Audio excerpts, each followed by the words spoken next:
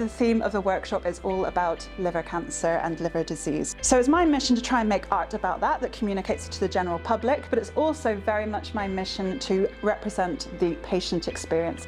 Cancer Research UK and the British Liver Trust are really concerned about the increasing rise of primary liver cancer in the United Kingdom. I wish that there wasn't the stigma attached to liver disease, because the layman's assumption is that it's due to alcohol.